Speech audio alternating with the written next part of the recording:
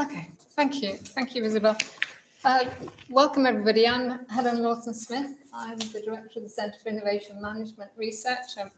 My colleague, Federica Rossi, Deputy Director, is here, and several of our colleagues. So this is a very special event for us. Not only is it hybrid, but we're here to celebrate the collaborations between Coburg School of Business, Washington, D.C., and I hope to be there next spring in cherry blossom time, and Vassar University in Finland. So we have a memorandum of understanding with you. We're developing one with you, and through you, we have a collaboration with Henley Business School, and so it's great. So this is a research area that we're building on. Our conversations are: how do we work together? How do we exchange students and staff? How do we develop teaching programs?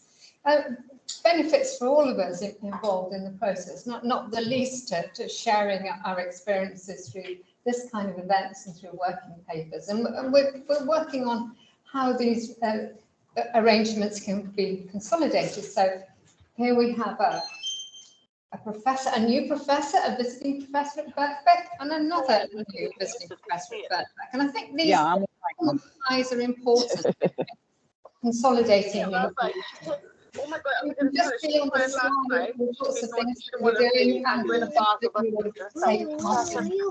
the future, online or maybe face to face if this one works. So thank you very much, and over to you, Martin. Thank you so much, Helen. You're welcome.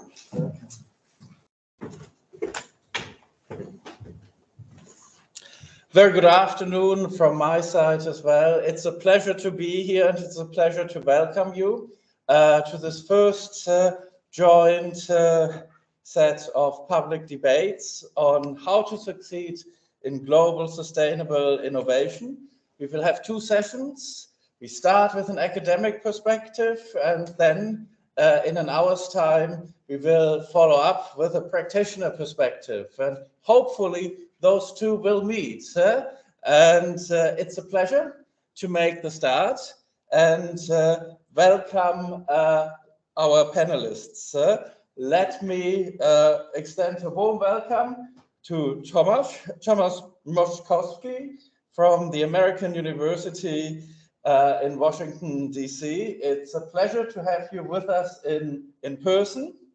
It's also a pleasure to welcome our other panelists and speakers who will be joining us remotely. We have all got used to this by now. So Helka Kaljomäki from the University of Vaasa is joining us currently from a visiting appointment at George Washington University in DC. We will have Brett Gilbert from the American University Coburg School of Business joining us as well with an interesting presentation. And we have a collaborative effort of Dr. Emma Chen and Dr. Anna Fang, also from the American University. And I think Anna will do the presentation. So we have set aside a bit more than half an hour for the statements by the individual speakers, and then we open up the floor to questions. Without much further ado, let me give the floor to Tomasz. And it's a real pleasure to welcome Tomasz because he brings a wealth of experience to us today, having done extensive research based at a number of institutions ranging from France, Germany, Japan, India, to Poland, and your focus of research will be on innovation, the management of change, economic transitions, and you bring a wealth of more than 100 articles and publications to today's session, and you will speak on innovation ecosystems, global or local. A wonderful start of the session. A warm welcome once more. And maybe we can welcome Tomasz with a round of applause.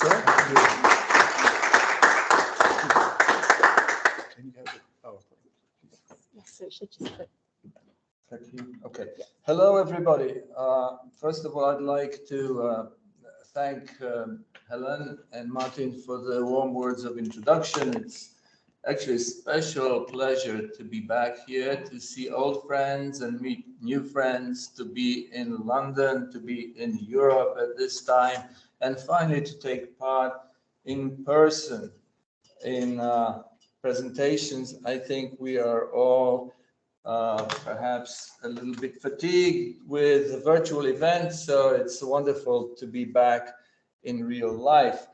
So I want to, in this short statement, I want to look at three important questions related to the current state and prospects of what I call the innovation game. Question number one might be, are clusters still a powerful engine of successful innovation and of local development? The second related question is innovation process globalizing rapidly to the point of perhaps making clusters somewhat redundant or not? And I would like to address it, perhaps just mention a third question. How is the current war in the Ukraine possibly going to impact the innovation policies of nations and transfer of technology? Of course, I don't have the answer to that, but I think it's worth posing the question. So I'm going to start by saying what I did to prepare for this. I basically looked at about half a dozen, no, perhaps a dozen very recent publications related to the topic of clusters, ecosystems, and globalization. And I wanted to see what kind of patterns might be emerging that could suggest tentative answers to the questions, especially to the two questions that I posed at the beginning.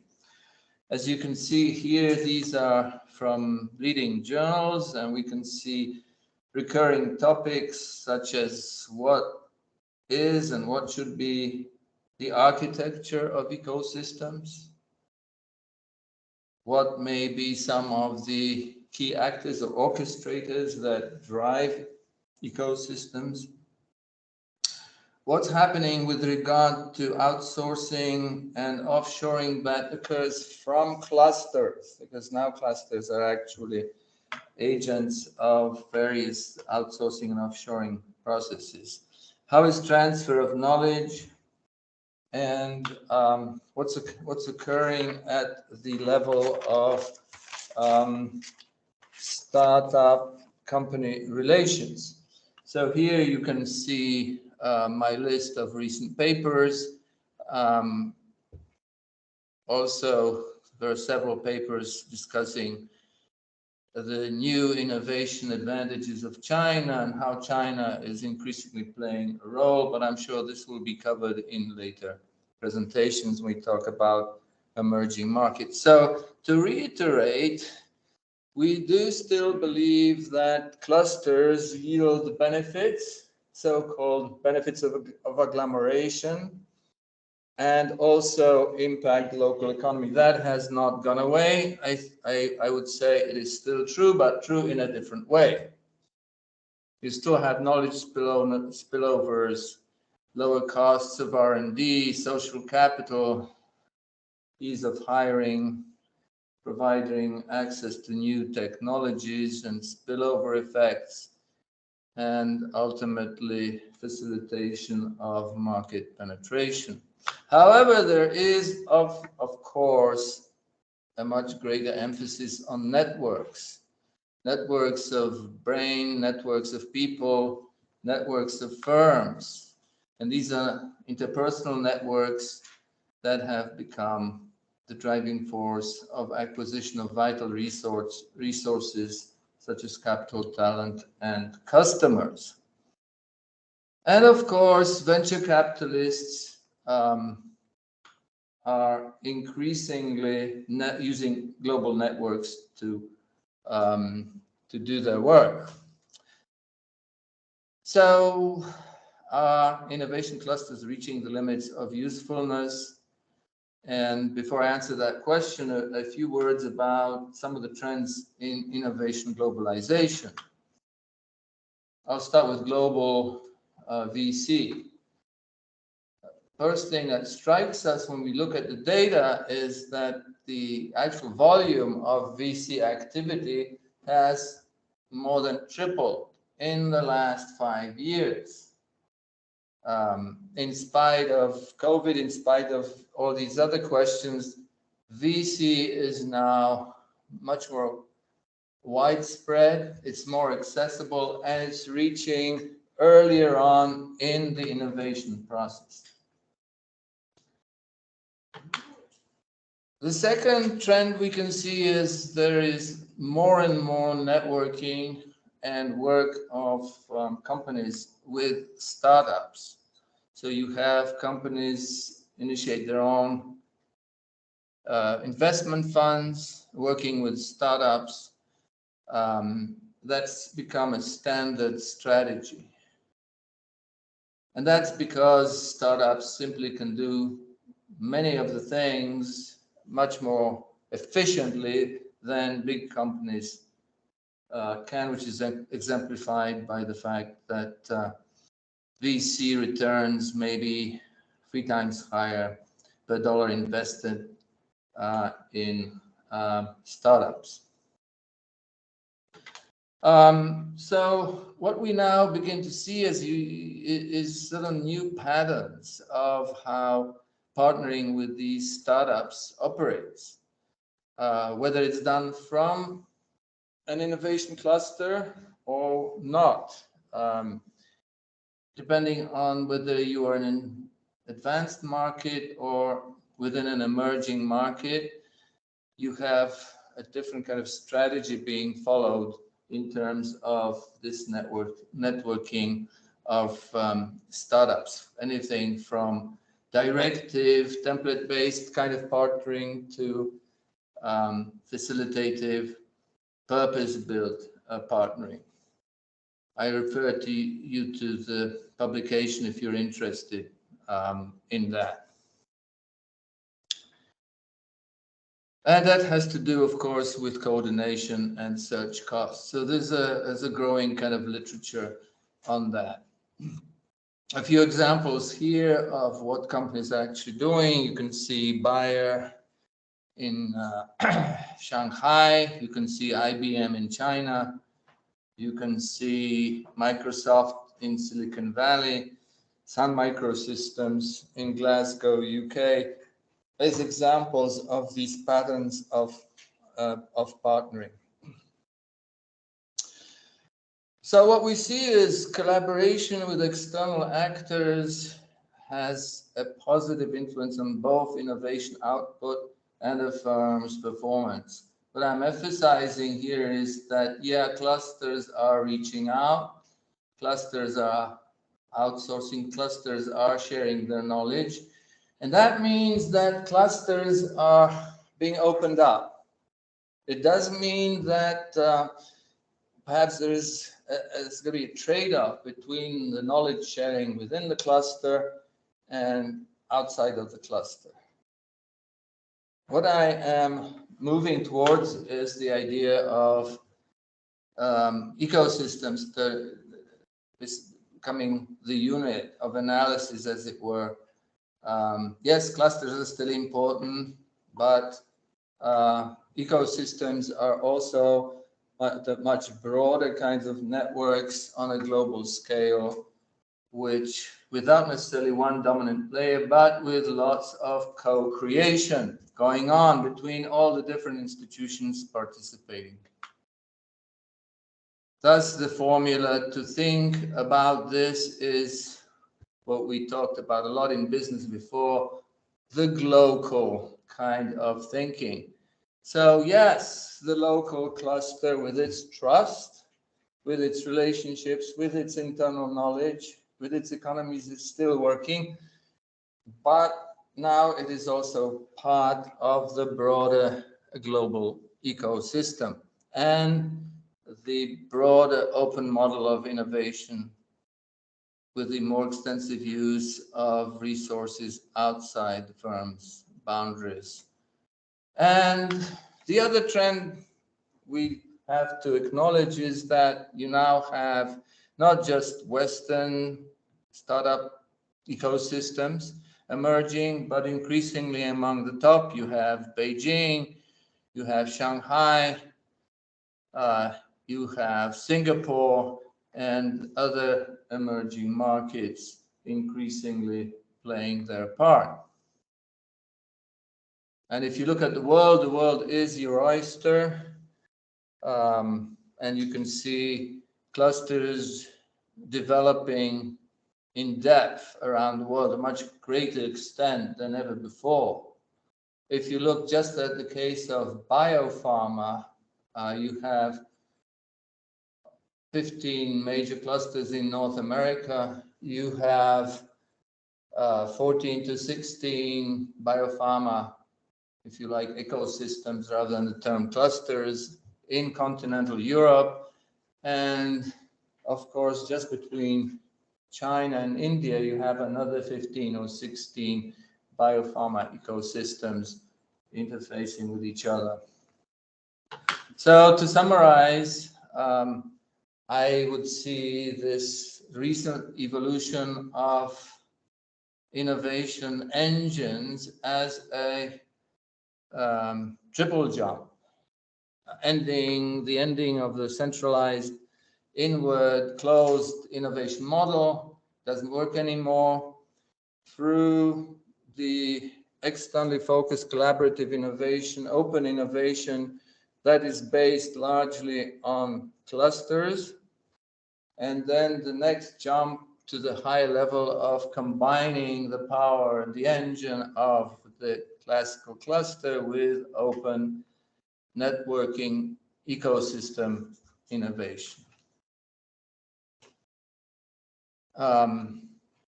So that's, I think, where we can stop. Yes? A warm thank you to Thomas, and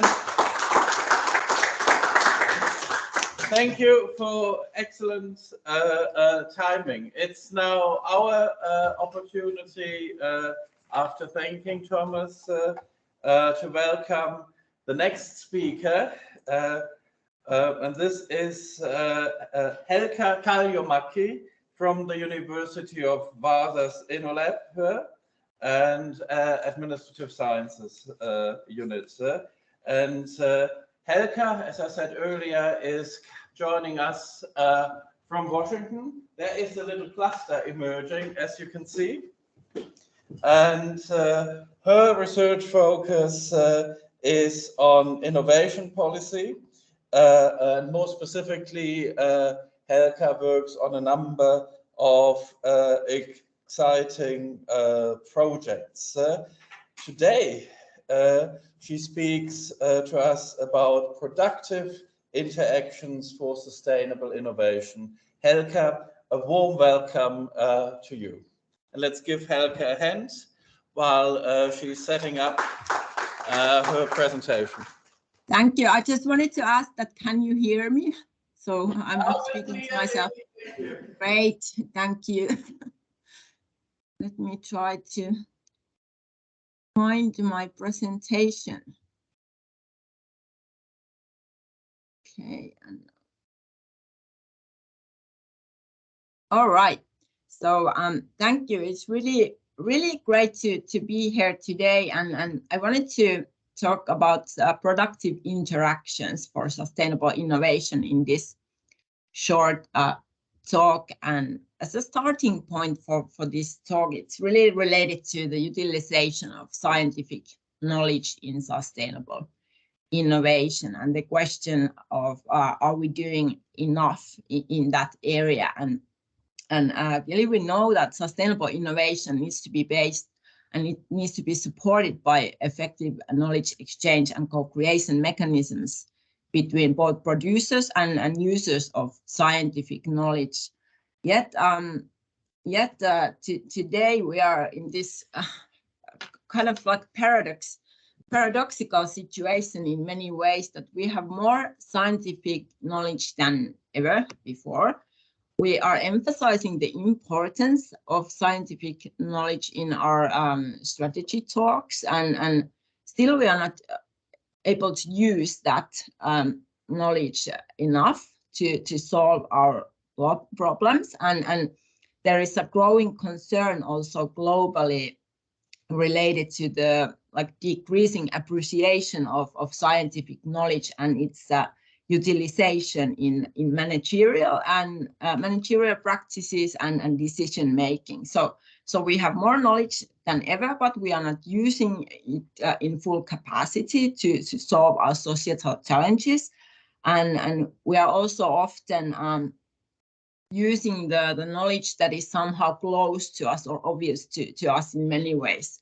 So so the situation is quite paradoxical also because both public and private organizations, they are increasingly collaborating with the academia. So there is this academia practice situation here that Martin referred to earlier, and so we should be asking then that where is the problem? What can we do about this if this is still the case? And in recent science policy discussions, there has been a lot of discussion about science society relations and what can and what should the researchers do to increase the societal impact of their work.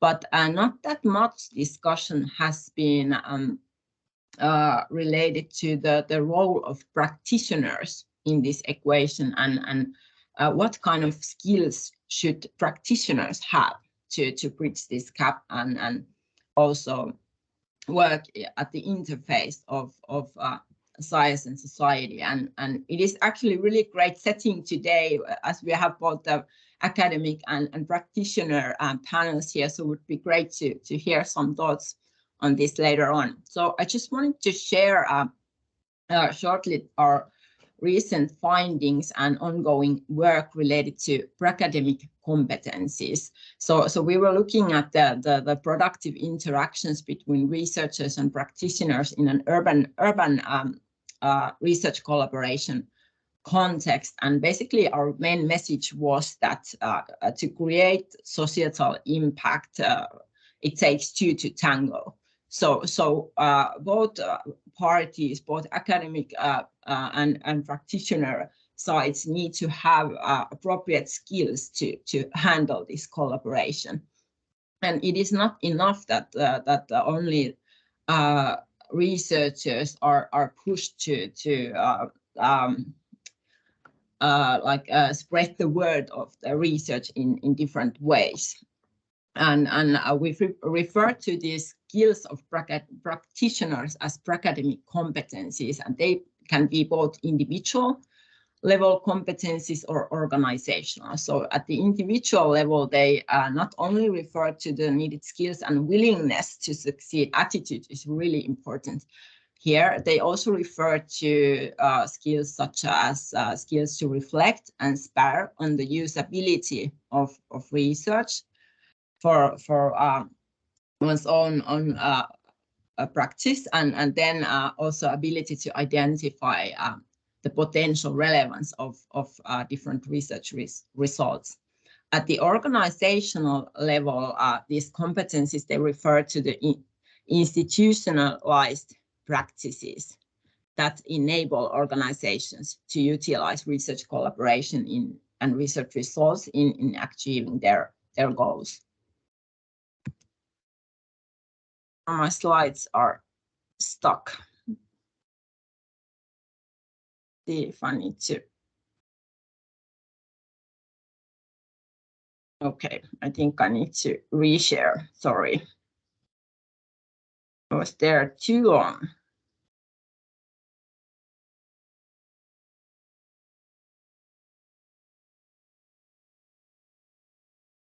Okay, I'm sorry, let's see if it works. One more time, then if it's not working, it's only one slide, so then I will just... We have them here, if not Helka, so we should be able to share them. Helka, I would suggest we are sharing the slides at our end and you just speak to it. Okay, there was one more slide. If you can share it, sorry, it's stuck in my Yeah, end. I'll get it up now. Thank you.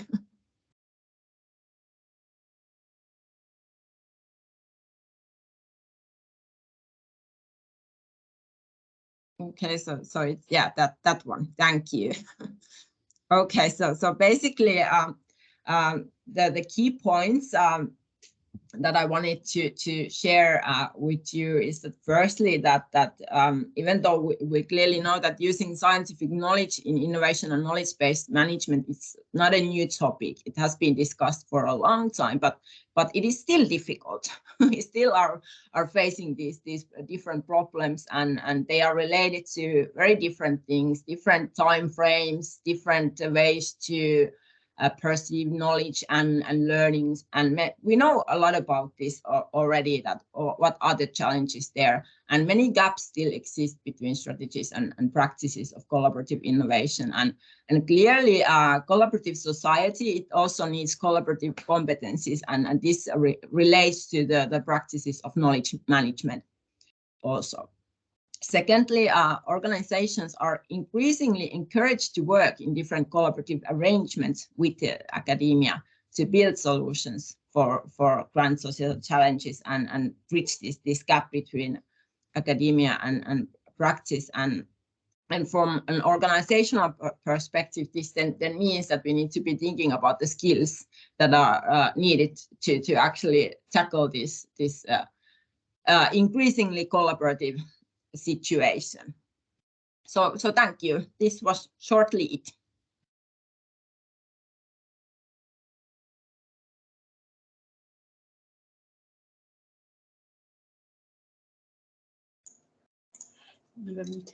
Not to worry. Now we have the opportunity to welcome the third contributor. And again, greetings to American University and to Brett Gilbert, who is the inaugural Kogut Regional Innovation Chair and Associate Professor. Brett's research spans economic geography. There's a theme emerging: internationalization and performance streams of literature. There is a lot of exciting work going on. In addition to Brett's research projects, she acts also as an associate editor for the Strategic Entrepreneurship Journal and sits on the editorial review boards for 4 leading entrepreneurship and general management journals. So we are really curious about what Brett has to present on innovation in emerging markets, and we welcome her very much. Once more, a round of applause. Thank you very much. Okay, just going to share my screen here.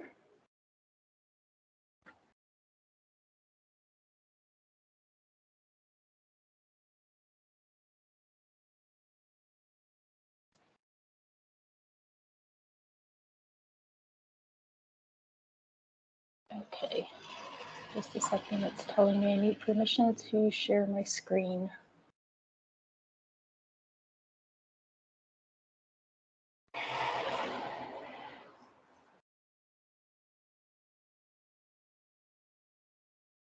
Are you all able to share my slides? It's telling me I need permission to share it, and I don't know how to do that quickly. I'm not sure why it's doing that, but we've got them here, so we can just share slides. Okay, that would be great, thanks.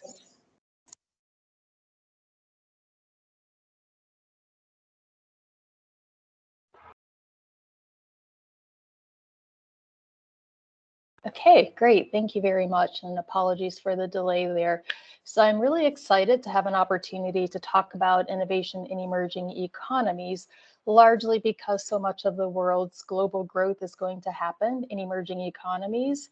And when we think about the innovations that are coming from these regions, we tend to not be very aware of what's happening in many different countries. Next slide, please. And when we look at the literature in particular, there's really a very strong bias in the literature as far as the topics that are covered.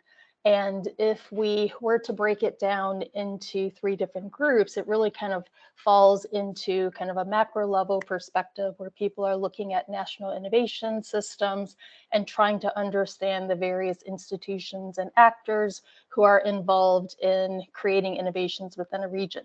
Now, obviously, within a lot of emerging economies, these systems are not very well formulated, and so it can be very challenging to try and evaluate these systems in emerging economies where they don't really quite exist to the same degree. And then at the meso level, we have a lot of research that really focuses on the innovative firms and what contributes to the levels of innovation performance of these different firms. How do we improve, innovation within firms? And of course, in many emerging economies, the firms tend to be small and medium enterprises that are not necessarily engaged in innovation to the same degree as what we would see in a lot of developed economies. And then at the micro level, a lot of the research really focuses on the people who are responsible for innovating. But many of these people are more the scientists and engineering individuals that have been focused on in the literature. And so there's really a limited understanding of the innovators in emerging economies, which tend to have lower numbers of people who are involved in innovation as scientists and engineers. Next slide, please. So when we begin to think about innovation in emerging economies, we really have to accept that it looks different. It definitely happens, but it doesn't look the same way as what it looks like in developed economies. Primarily, we have to understand that innovation in emerging economies is oftentimes adaptive. So they are really looking to take innovations that may have been created elsewhere and adapt it for use in a local market. As a result, they tend to be more incremental. So they're basically just making minor tweaks to innovations in order to make them appropriate for use in the local market. And then they also tend to be developed for the immediate needs of the local population and not necessarily for future purposes. So when we think about a lot of the literature that currently exists around innovation and the tendency for us to focus on outputs such as scientific journal publications, patents, and even high technology exports, we realize very quickly that a lot of these measures really are not appropriate for use in emerging economies. So if we then want to try and encourage more innovation happening within emerging economies, we really have to shift the way that we think about emerging economies and how innovation is done there. Next slide, please. So I think we need to shift and start beginning to consider how do we take innovations from being more adaptive to being transformative. Innovations that have the potential to really help change and revolutionize what's happening within these emerging economies. That means we need to be able to get people in these countries to go from being more incremental thinkers to also thinking about how they can create innovations that are radically different from other innovations that currently exist. And then we also need to get people thinking not just about kind of their current needs, but also thinking about future needs that the people may have. Next slide, please. So my colleagues and I have really been kind of focused on understanding more of the mindsets that people have within emerging economies, because we really believe that it's the individual mindsets that will lead to the innovation activities that ultimately will help to create more innovations within these societies. One of our publications really focuses on the micro foundations of human capital that ultimately could lead to the production of an innovation system within a region. And in this research, we are focused on some very specific human characteristics that would lead to kind of the creation of knowledge, the creation of new ventures, and the creation of markets that are necessary for innovation systems. Next slide, please. We've started to test this research empirically. We have one paper that's been published that compares the micro foundations of people in South Africa with those of people in Medellin, Colombia. And we do find some differences in terms of how people think about these different micro foundations. And I also have a forthcoming paper in the Africa Journal of Management that looks at differences between people who were born and raised in Johannesburg compared to people who migrated to the city from other parts of South Africa, as well as from other countries, because there's this general understanding in the literature that a lot of immigrants really are responsible for innovation, but we don't really know if those same folks are going to be responsible for innovating in emerging economies where the immigrants tend to look a little bit different than what we see in developed economies. So I will stop right there and thank you for your attention.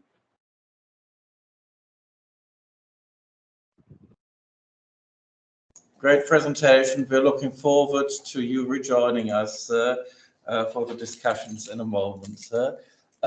Last but not least, our final speaker of this session is Dr. Anna Fang. Let's welcome her with a warm round of applause. Anna joins us also from the American University, the Colbert School of Business, where she is an assistant professor of management. She does research at the intersection of strategy, innovation, and international business. Amongst her publications is a paper in the Strategic Management Journal. And Anna will present a joint presentation together with Emma Chen, and it will be about different perspectives on what drives China's innovation. And it's a real pleasure to welcome you, Anna. The floor is all yours. Thanks so much. My first question is, can you see my slides? We can, and they look beautiful. Okay, thank you. As well. Okay, great. Hi, everyone. I'm so happy to be here today with all of you. My colleague Emma is also with us here today. And since she is quarantining in China for the purposes of internet connection, I'll take point on the presentation. And if you have any questions, please type those into the chat, and then Emma can take the lead on those. So that's how we'll split it up today. So today we'll try to cover 3 topics as time permits. First is the current state of Chinese innovation. Then we'll talk about understanding China's innovation landscape. And then finally, comparing China's innovation performance versus the rest of the world. So first things first, these numbers are from the Global Innovation Index, which ranks world economies according to their innovation capabilities. They use about like 80 different indicators to try and capture, how innovation can be very multifaceted. Things like global university rankings, patenting, domestic industry diversification, microfinance loans. And so we can see that in 2010, China was ranked 43rd out of 132 economies. And by 2021, China had managed to climb to 12th. And so looking at this a different way, you can see at the spike in patenting over the last 2 decades, the economists concluded that, based on the breakdown of which cities are engaging in patenting the most, Shenzhen is really a hothouse of innovation. So we've talked a little bit about innovation, some of the different ways to measure it, like patenting, R&D outputs, R&D inputs. Let's talk specifically about policies and some of the other factors that have shaped China's innovative landscape. Historically, as I'm sure many of you all remember, China was associated with not necessarily a ton of innovation, at least not in a positive way, right? Like a lot of brand infringement, intellectual property theft, the land of the knockoff sort of thing.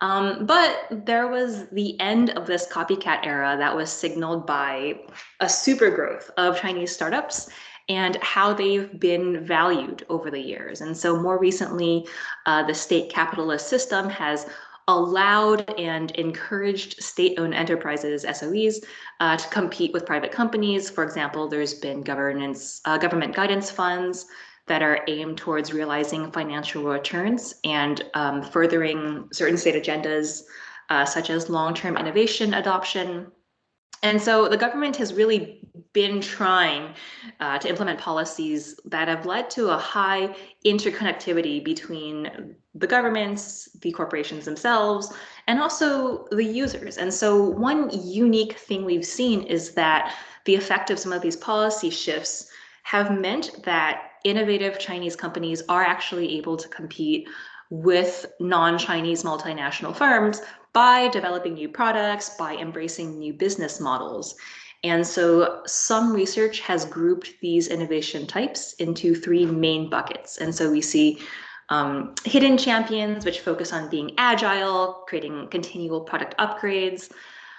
We see tech underdogs, which, like labs, are focused on like science and tech, not worried as much about the external media attention.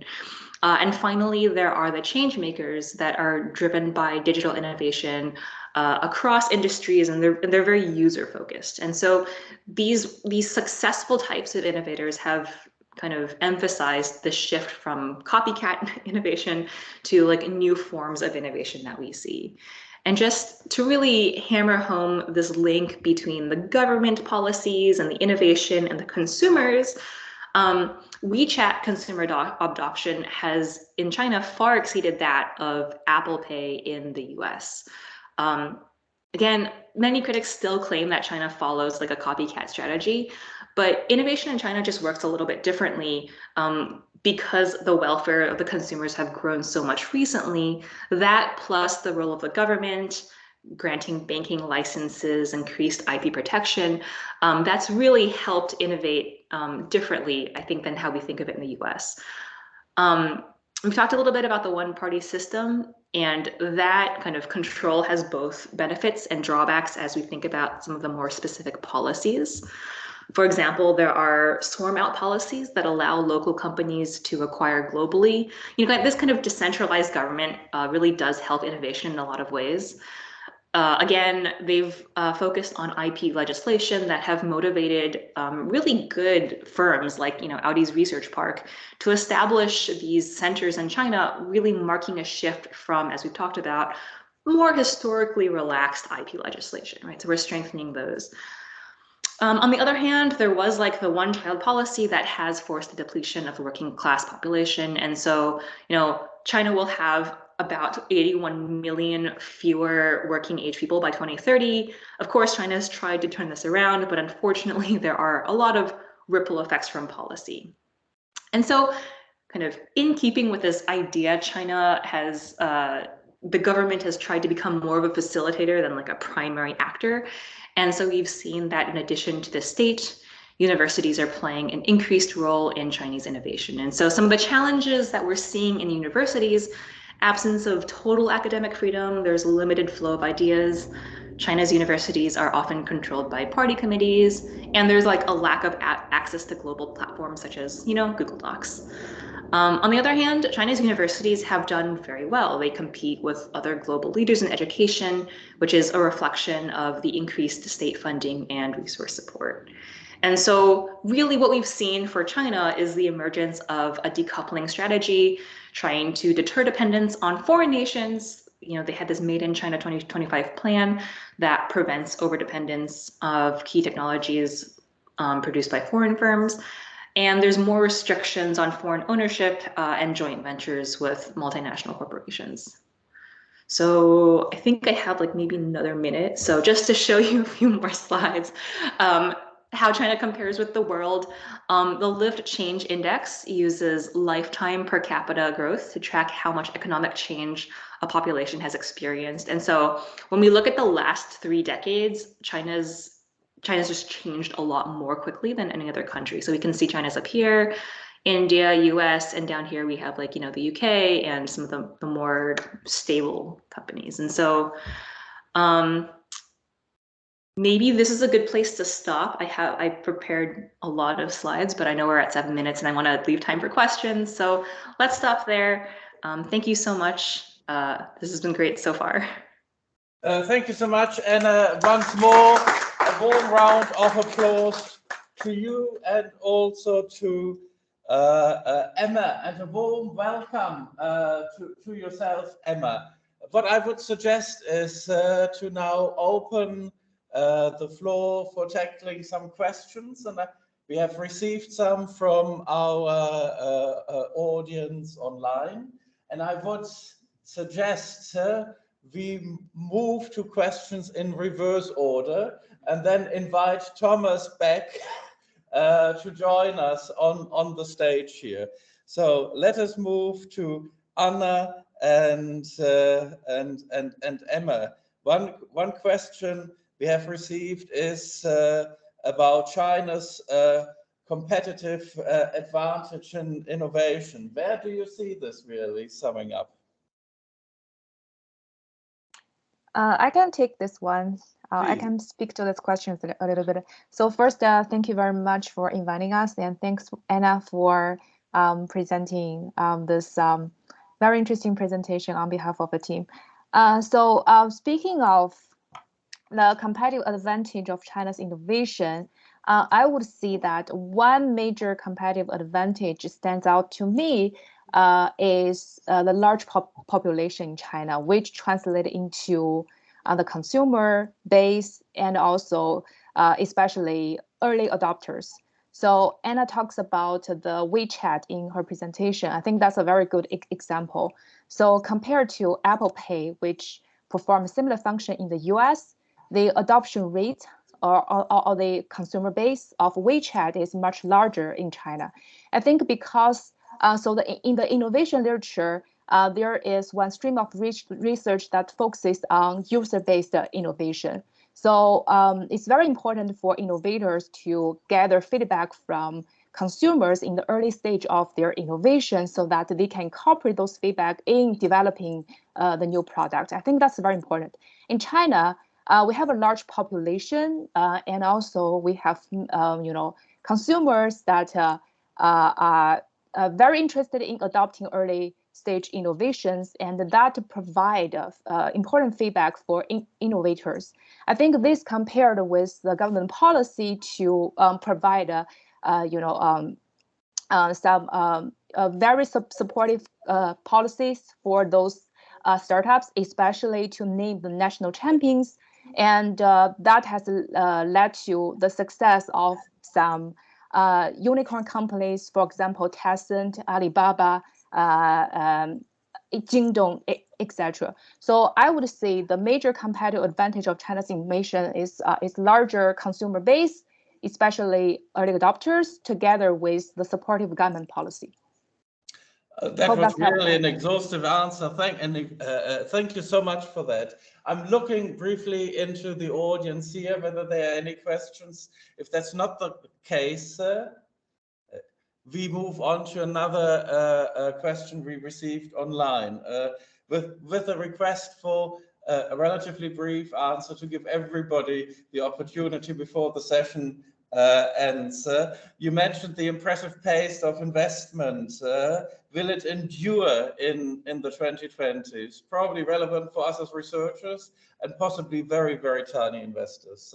Over to you. Is it Emma or is it Anna who will answer this? I can take it. The very short answer is yes. That is reassuring. Yeah, based on the policies, the policies and the kind of the trajectory, the trends, all the investments, everything that's been going on, we're pretty confident that this will continue to grow. That is reassuring for all of us in so many ways. Anna, thank you once more so much. And why not another round of applause? Thank you. And I think we are moving now to Brett and her very interesting presentation. One question that has reached us is a question about policy advice. What would you advise policymakers to do first if they have an interest in boosting innovation outcomes in their region? Thank you very much. This is an interesting question. I think that one of the most important things that the government officials can do is to work to identify the people who are already equipped to innovate and to provide them with the resources and the support that they need to be able to innovate. I think that's something that can be done, as a short-term strategy. And I think another potential short-term strategy that they could pursue would be to identify people who have immigrated to other countries and try to get them to move back to become innovators in their home countries. So those are kind of two short-term strategies that I think people could pursue. And then, of course, as a long-term strategy, one obviously is going to be to make sure that the government works efficiently and works the way that it's supposed to in order to provide services to the people in the local area. That's going to be very important for entrepreneurs to be able to do what they do. And then I think something else that the government can do ultimately is to invest in the human capital in order to ensure that there will always be a stream of people who are able to innovate and create new businesses in the country. Thank you so much, Brett. We had slight technical issues with the tone. So what I suggest is we thank you for now, again, with another round of applause. If there's time, we'll come back. We got one or two more questions. Thank you for an exciting presentation. Moving on to Helke. One question we got for you is, how can organizations successfully manage the science-society interface and build competencies for sustainable innovation? Over to you. Thank you. One perspective that arises from our study is the institutionalized collaboration between organizations. So really emphasis on learning. Organizations can learn to create and build productive interactions, and for example, as a result of staff participation to these systematized collaborative processes. So this is clearly one thing, that how can we normalize this interaction in a way that we build this competence, long-term competence in organizations. So this of course then relates to impact measurement. How do we understand these processes? We need more qualitative understanding of these learning processes. But thank you. This was shortly it. Thank you so much. With an eye on time, this will have to be enough, but it was really great to get your response. This is now the time to thank Helke and invite Thomas to the stage. And Thomas will no doubt share some thoughts with us about how all of what we've heard today will fit together. And the initial challenge was, is there anything academic research in this context has to offer practice? Now, I'm curious what your answer will be in 90 seconds. Over to you. Okay, thank you very much. First of all, it's great to see my colleagues from COGOD. Hello, Emma. Hello, Anna. Hello, Brett. It's great to see you. I'm so glad you were able to join this group, and that you will be able to join again when we meet with Martin in Finland. I actually thought that, even anticipating the next session, which is much more practically focused, we did have various messages here with a high degree of relevance for the world of practice. It's important, for example, to notice the emerging potential of, let's say, countries like South Africa. And therefore, it's important to monitor developments that Brett documented for us. I also think it's useful to think about what Helke told us in terms of bringing together the communication capabilities of practitioners and theoreticians to ensure that they can communicate effectively. That will be part of the process of actually improving and making innovation smoother. I think that's an important consideration of quite considerable practical experience. I just want to end because I think it's very quick. Yes, very quick. So I want to end on this note that by and large, the process of globalization, I think, has helped innovation tremendously. And that's the kind of very optimistic message. And you can see it always follow the money. You can see how much more money is available for innovation, how it's much more accessible, how it can flow more deeply. That's very practical to observe too. And I guess our job is to ensure that we don't throw out this powerful engine of innovation. We don't allow the world to be split up again into hostile blocks, because that would set us back. Thank you very much. Thank you so much. It's nearly time to wrap up the session, but I saw there is a burning question in the audience. Darren, you wanted to ask something of the panel. Please, we have a microphone. Can anyone hear you on the other virtual end of the conversation? Can you hear Darren? No. So the microphone is required, sir. And Darren. Okay, thank you very much. Thank you for the presentation. I wanted to start with Thomas, but I suppose to an extent it applies to everyone. Thomas, you talked about open innovation 2.0 and ecosystems. To what extent has the pandemic accelerated or influenced the shift? And to an extent, probably there is a pandemic question. I know we want to move on, but the pandemic relates to a lot of what's happening. So has it moved us to open innovation 2.5, or are we accelerating or moving any faster? You know, I've been, just before coming here, I was thinking about this very question.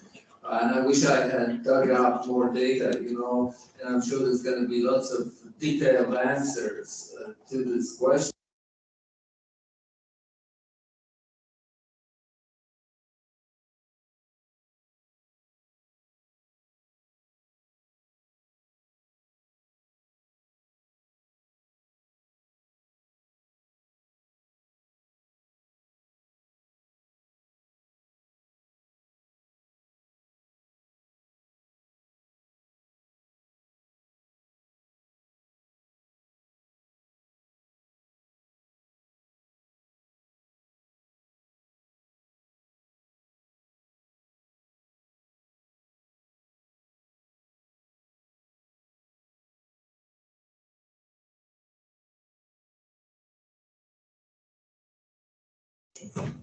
Up here again? Yes, please. Please come and join us.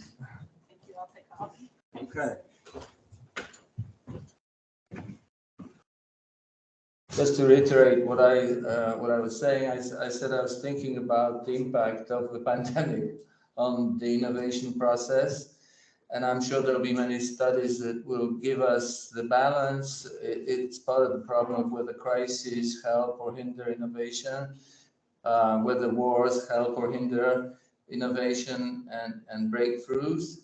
My superficial observation says that the pandemic did certainly help the biopharma industry in many ways by funneling huge amounts of money, if only towards Pfizer and Moderna and the other company in Germany that was responsible for the vaccines, and others as well. So they did very well out of that.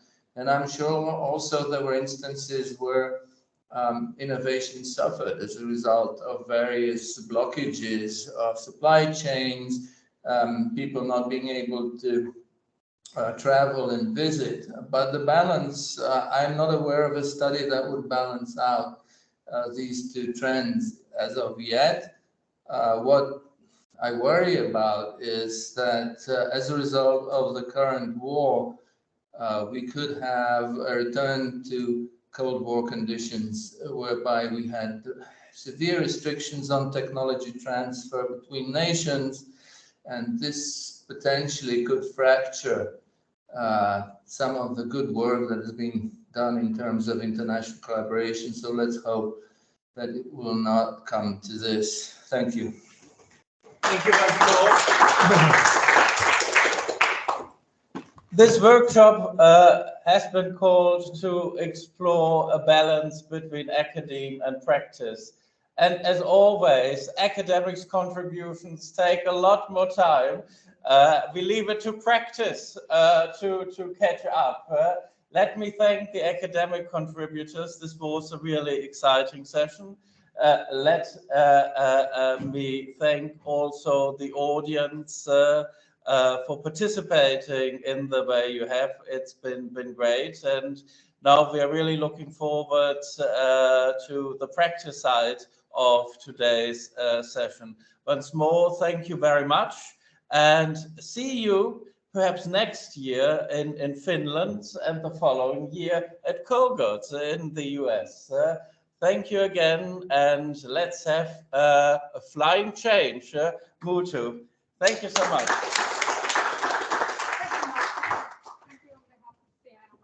Oh, thank you.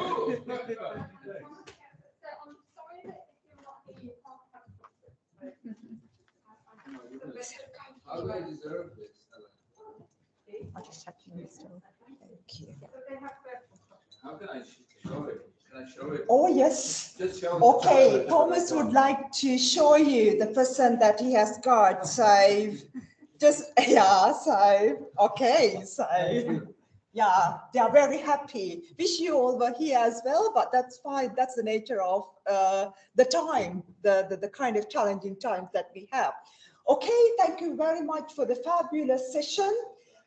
This is amazing. So Martin was giving a big round of applause to everybody. But shall we all give a big round of applause to our chair, Martin?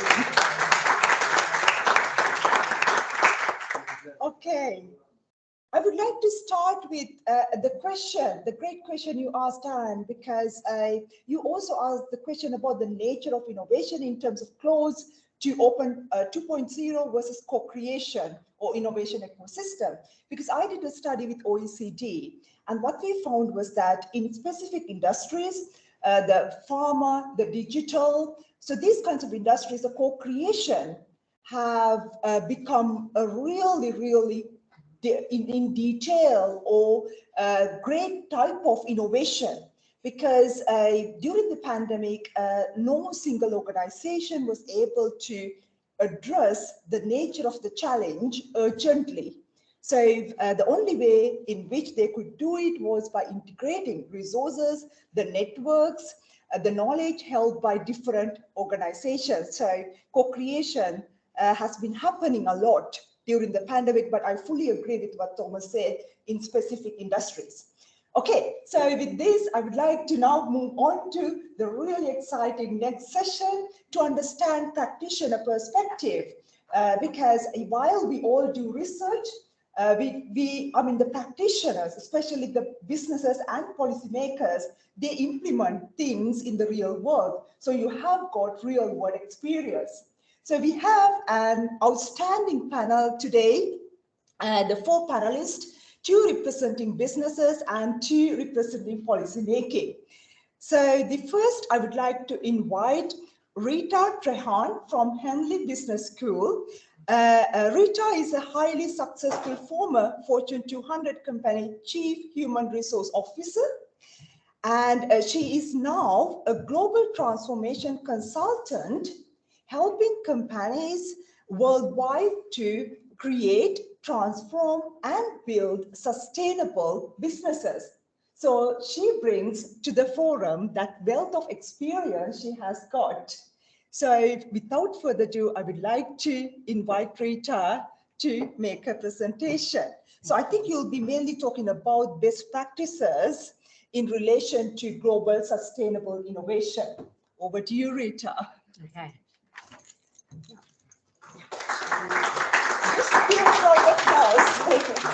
So I'm not used to speaking like directly at a microphone because I like to move around a lot. So this is going to be really interesting for me. What a great session that we began with this afternoon. We heard about ecosystems, are they important? We heard about mindset. How do we get people to actually be thinking and talking about what innovation means? We heard about emerging markets. Do they have a role to play? And we ended it with a question, which was, has the pandemic helped us to become more innovative or less? What a great question. But remember what our brief was today. So I'm going to answer that question because I can't help myself before I start. And I'm probably going to go over the 5 minutes, but I'll try not to. Has it? The topic for today is global sustainable innovation. Has the pandemic increased global sustainable innovation? That's different to innovation on its own. I could argue that many companies have learned to do things differently. They had to. Systems that they said, we're waiting for 3 years before we can implement this IT system, this management system that we need for data. Oh, they did it in like 3 months. Isn't that amazing? We can't work from home because we have banks that have like firewalls that make it impossible for us to actually be able to connect to customers. What happened? They were able to innovate and find a way around it. If we were to go back and ask those companies, now look back, and did you do that in a global sustainable way? I don't know what the answer to that question would be. I think they would say they innovated. But global sustainable innovation is different. It's not about just doing what's in the interest of a company, an entity, an institution, an individual. It's about what's doing the right thing for everybody. So why is that important from a practitioner's view? Well, it is time, I think, as we say it, this is what I talk about, this is what we talk about with our clients, this is what I used to talk about for many years. By the way, I lived in Washington, DC, so my heart goes out to American University. I lived in Georgetown for 10 years, and I still miss the place and still do go back. But let's be clear, when we talk about post-pandemic, the reality is change was already happening. Companies were already at their pivot of realizing that things could not be the same as they were. What did COVID do? It accelerated it. We now understand that what we used to call the black swan, you know, that like we can't look around corners, we just need to forget about it. Because the new normal is basically you can't anticipate what will happen. All you can do is try to anticipate scenarios for how you deal with it. But what we do know is, and you will see it every day, if you are in the US, you will know that the SEC is on the case of corporate companies everywhere today. It's investor proxy season. If you don't know what that is, that's basically when the investors stand up and they say, do we think that you're a good company, yes or no? Well, the governments, companies are saying, and shareholders are saying, we want to see more about what you are doing to contribute. They don't say it in these terms, and the academic terms of global sustainable innovation, but that's essentially what they are saying. They are saying, we want to see how you are contributing to a better world. United Nations set goals for 2030. We'll talk about how we're doing around those, right? The Sustainable Development Goals were set. Companies stood up and said, we are committed. Countries stood up and said, we are committed. How committed are we? Let's see. It's no longer now about just doing the right thing or saying the right thing, because we're all smart. We all have access to information and we're smart people. We've lived through 2 years of actually reconsidering what our personal lives are like, what our work lives are like, what society is like. And we are requesting more. We are saying that we want to have a say. It's that mindset question that we heard. Are we having those discussions? The question that and the data that we saw about venture capitalists becoming more and more interested and investing more in emerging markets, creating ecosystems. Why? Why is that? Well, because we know that actually they are also realizing that they need to make sure that they are contributing to society. Because if they don't, there will not be enough money, there will not be enough businesses to keep the world going. But let's recognize that means that businesses must be different today. They need to listen to academics. They need to listen to institutions. They need to listen to the people that work for them. They need to listen to networks. That great word that we heard. It's so important. We shouldn't forget it. But the organizations that I think and the way that we can help companies to really think about global sustainable innovation is to think around 2 concepts. inclusivity and anticipatory organisations. They're inclusive in everything that they do. That doesn't just mean I'm gender inclusive, or I'm ethnic inclusive, or I'm geographically inclusive. It's inclusive in everything that you do, and we'll talk a little bit about what that means. But their role is no longer to be, I'm the CEO of a business today. I'm the CEO with a voice and a role to play in what's happening today. We saw it with Ukraine. The CEO of a vodka company, if you like vodka, there's a vodka called Stoli vodka, and most people associate it with it being from Russia. The CEO of Stoli vodka basically rebranded the vodka because he said, as a company, we need to stand up for what's right in the world, and this means rebranding. My question to him was, wow, that's brave. What did your investors say to that? What did your board say to that? Because that's a lot of money. You know, let's be honest, right? That's a hell of a lot of money to rebrand a product. And he said, people said, I'm crazy. Some people said, good on you, but I wouldn't do it. What did his employees say? They said, we're really proud to work for this company, and it's a company that when they say we have a purpose, we mean it. And they committed to putting half of their profits, or some of their profits, towards helping fund food banks in Ukraine. That's what it was all about. So you see where global sustainable development comes when you see companies making that kind of progress. So where are we today? I like to think of it in this way. We have the established core, people who were thinking about global sustainable development for many, many years. Who are they? You know who they are? They're the academics. They're the institutions. They're the World Banks. They are the charities. They are the foundations that have existed for a long time. They have believed in global sustainable development for many, many years. They are in the established core. They know that it's important, and they've been trying to work at it for years. We now have what we call the enlightened influencers. Who are they? They are the corporate CEOs and the business owners and some of the new institutions and new, actually, government institutions that are standing up and saying, we need to come together. We need to co-create the future. It's not about one nation is better than the other, one business is better than the other. We have seen that actually, when we co-create, we create more. We create that exponential type of organisation entity that you spoke about earlier. And we're seeing some of the growing advocates. Who are they? They are the venture capitalists. They are the growing investors, the private investors. They are the individuals who are sceptical in the past. They are some of the board members that you see who said, yes, let's do it, but let's let's not really do it unless we really have to, because, it's what it looks like. But actually, the growing advocates are becoming stronger, and they are often from emerging markets, from small businesses, from individuals, from your sons, your daughters, your colleagues, and your friends who are saying, we can do this, but we've got to do it together. All right, so the old way. Why is global sustainable innovation not really making the progress that it should be? The UN Sustainable Goals are way, way behind, unfortunately, achieving their 2030 goals, partly because of the pandemic. Actually, the pandemic made it worse for many of the initiatives that they had. It made it much worse for gender diversity. I hate to be the one saying that because I'm a woman standing up and I happen to be of Indian origin. I guess I must hit all the criteria from that perspective, and here I am saying it, but it's true.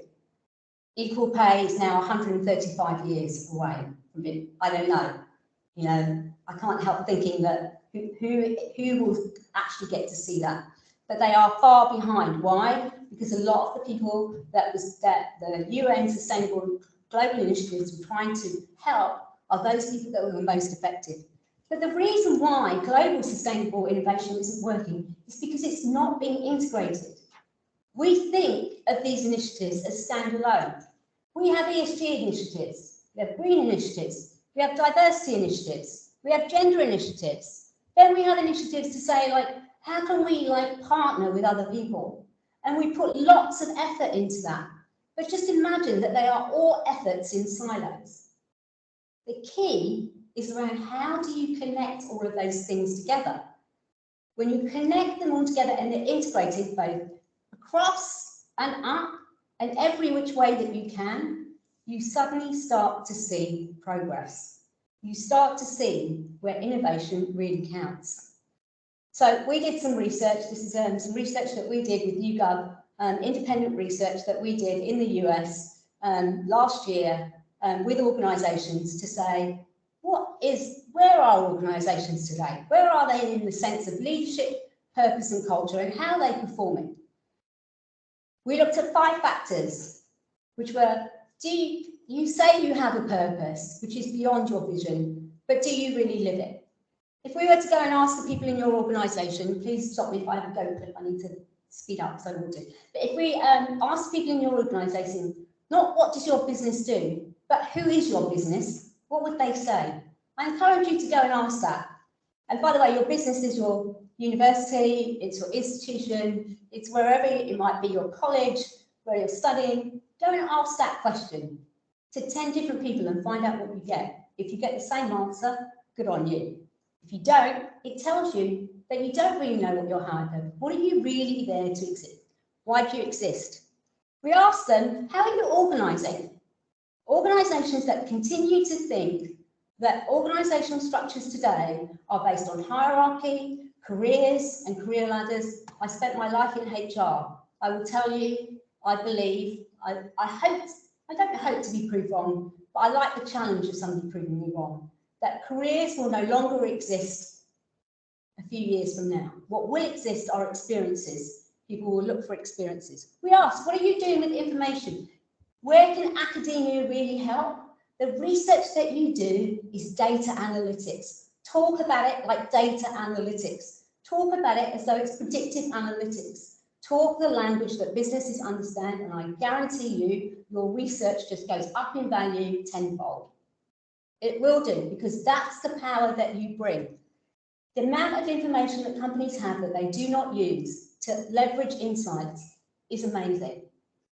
Ecosystems. Ecosystems is, it feels like an overused buzzword now, right? But actually it's really important. Ask yourselves individually, who are your networks? How often do you sit next to somebody, maybe not so much now, but talk to somebody in a coffee shop? Talk to somebody that you don't know. Explore partnerships that are from completely different fields to where you are. That's what ecosystems are about. It's by exploring and challenging ourselves to look in different places that we will create global sustainable innovation, because we're seeking it differently. And then what kind of leadership do we have? We need leaders that are adventurous. We need leaders that are bold. We need leaders that are humble. And we need leaders that are magnetic. Okay, here are some frameworks for innovation. Right, that was one of them, the inclusivity index. We did it. I will tell you what the results were. 85% of those inclusivity index factors, 85% of companies were focusing on 12 to 15 metrics that made no difference whatsoever to what they believe will create a sustainable business 3 to 5 years from now. What did they focus on? Being effective, efficient and productive. When you ask them, what does the business of the future need? And what did their people say? We need to connect to something that's bigger than what we are for here today. We need to use our skills and capabilities. Why don't you ask us? Why don't you involve us? And we need to feel like we belong. Connection, purpose, and engagement from the perspective of let us contribute came out as the 3 big factors. What does it tell us? It's not that companies and leaders don't know what to do. It's not that they don't want to do it. It's they don't know how. They don't have the toolkit yet to say, help us. That's where we can help. Here are some of the others. These are frameworks that you will see. Some of them are from Harvard Business. Some of them are from Accenture. They're all very similar. My leading message to you is 5 things for you to think about. None of this has to be complex. Really, It's simplicity that makes the difference. It's understanding the simplicity of asking the right questions, looking for insights, being curious, challenging, questioning, and really building that ecosystem so that it is difference and letting go. We love certainty, and the reality is we can't have it anymore. I'm really sorry, but we can't. So with that, I close. I hope that together we will continue this ecosystem, because that's a proof point for us in this room and virtually around how we can actually model what global sustainable innovation is about. Thank you.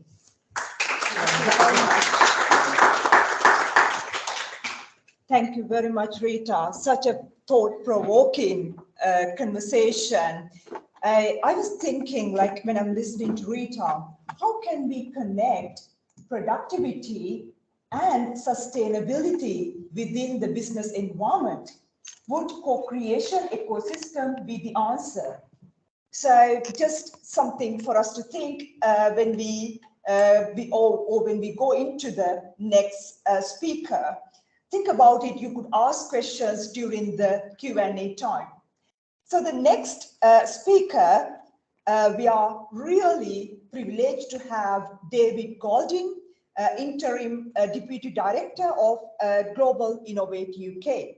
He'll be joining us online today. And David leads Innovate UK's global activities. And he works with international partners and networks to build collaborations and to deliver programs in support of innovative high growth UK businesses who are intending to internationalize their efforts. So with this, I would like to invite David, and thank you very much, David, for joining us today. Over to you. Okay, many thanks, Mutu, and very many apologies I can't be there in person. Having tested positive for COVID yesterday, so that's my excuse, and very apologies about that. Hopefully you can see my slides okay. So we can see. Great, thank you. So what we're going to really do, talking a little bit about Innovate UK and the work of Innovate UK. So we're part of UK Research and Innovation, so the main body in the UK bringing together all of the main funding organisations to support both basic science right through to innovation. And Innovate UK's role really within that is to really support businesses to do R&D and innovation, and really not only do that in the UK, but do that globally as well. So it's about 600 people organisation and a budget of £3 billion to do that. And in terms of, I suppose, where we focus, so we're looking at a range of different areas. We're looking at both how we develop the future economy. Net zero is a really big part of that. We look at how we help businesses to grow and scale. We look at the global opportunities, which I'll come on to a bit more in a moment. We look at how we develop the innovation ecosystems, which is a really key part, and I think really fascinating discussion earlier around open innovation and how that's been affected or not by COVID and Ukraine situation and others. And we look at things like government levers. So how do we use regulations and standards, and how do we use procurement to really drive innovation or be innovation friendly in terms of how we can support businesses to ultimately to go on to grow their businesses. And then actually that has a number of underpinning areas, such as obviously building on science strengths in the UK, how we look at design, how we look at societal impact. We look at talent and skills, again, very much mentioned earlier as an important part of that. How we look at equality, diversity, and inclusion, and how we also look at sort of place and levelling up and ensuring that the wealth is spread across the whole of the UK. And so in terms of our global activities, we're really looking at how do we help businesses make global success a key part of their innovation-driven growth and scaling journey. And what we mean by that is actually not just supporting businesses to look at how they develop in the UK, but actually really join them on that journey from early stage right through to growing the business and scaling the business. Because we see that, you know, UK is a reasonable sized market, but actually the only way we're going to really help those businesses to grow and scale is to do so on a global basis. And why do we think global collaboration is an important way of doing that? Well, actually, what we've seen, I think, is that by collaborating globally through R&D and innovation, then companies are building stronger and more sustainable relationships. You can have a very transactional relationships where a company just exports a product or a service, but actually by doing R&D and innovation, then they're actually building really strong, sustainable relationships which last over a longer period of time and are much more resilient to perhaps some of the things we've seen recently. We need to ensure the businesses can access global markets, so we're helping them very much to do that. But by being part of some of these R&D projects at an earlier stage, and by building those collaborations, actually it's also offering earlier access to global supply chains as well, because that's when they tend to form around some of the technology areas. And finally, no one country or company has all of the answers. So if we don't collaborate globally, then actually we're all going to lose out by not sharing that knowledge and information, which is really key for often the growth of a business. And for Innovate, we're looking through two lenses, really. Again, interesting to hear some of the discussion earlier. So we're looking through a lens which is saying, actually, how do we drive some of the work that we do, but through the lens of economic benefit? And we look also around development needs and working particularly with emerging economies. So when we're looking at, I suppose, looking at the economic benefit, it's generally working with developed economies. It's looking at actually a mutual win-win benefit. So how do we bring together strengths in the UK with strengths from the countries we're working with? It tends to be around leading edge innovation. So it tends to be things like quantum or AI or, areas of net zero where it's really sort of perhaps the leading edge type of technology. And it's tending to be, I suppose, where we're increasing our focus, recognizing that we need to deliver greater economic benefit. At the same time, we're doing a lot of work around development opportunities and emerging economies, where the benefit tends to be quite rightly to the partner country that we're working with. It tends to be more around technology transfer, and it's supporting development needs. And the types of technologies I suppose we tend to focus on are things around sort of renewable energy or water necessity and delivering that.